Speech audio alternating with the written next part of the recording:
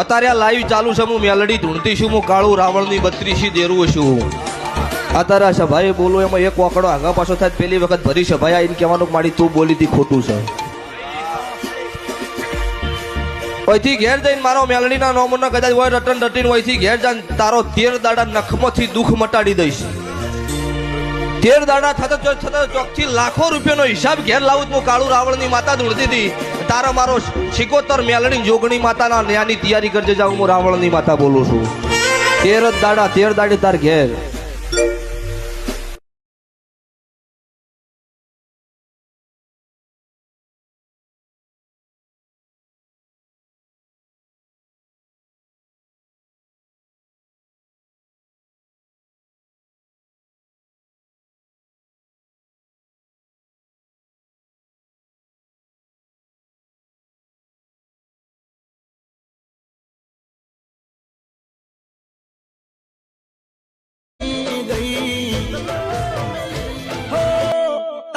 સસરિયામાં ખુશીથી રેજે, મારી માતા તારા રખવાળ કરશે, દુઆ મારી પડશે.